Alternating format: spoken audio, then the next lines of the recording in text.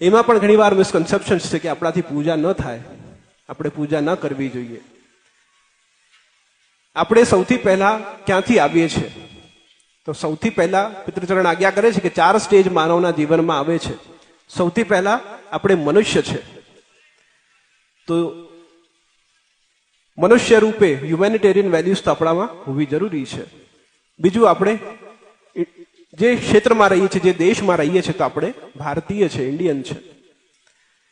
ત્રીજું, આપણે હિન્દુ છે. હિન્દુ વૈદિક સનાતન ધર્મની જે પરંપરા છે, જે પદ્ધતિ છે, એને અનુસરણ કરવાનું જરૂરી છે. અને પછી આપણે ચોથા સ્ટેજ પર વૈષ્ણવ છે. જો માનવ નહીં બનીએ, જો માનવકારી કાર્ય નહીં કરીએ, જો એકબીજા પ્રત્યે પ્રેમ ભાવ નહીં રાખીએ, તો પછી પુષ્ટિ માર્ગ આપણે જીવી નહીં શકીએ.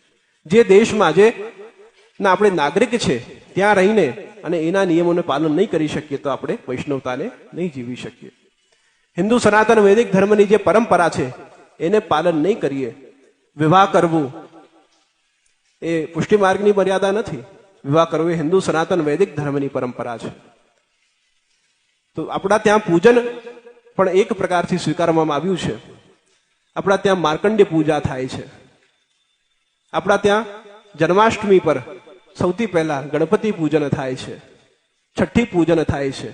તો જે પૂજન પદ્ધતિ છે એને પણ આપણા ત્યાં સ્વીકાર કરવામાં આવ્યા છે.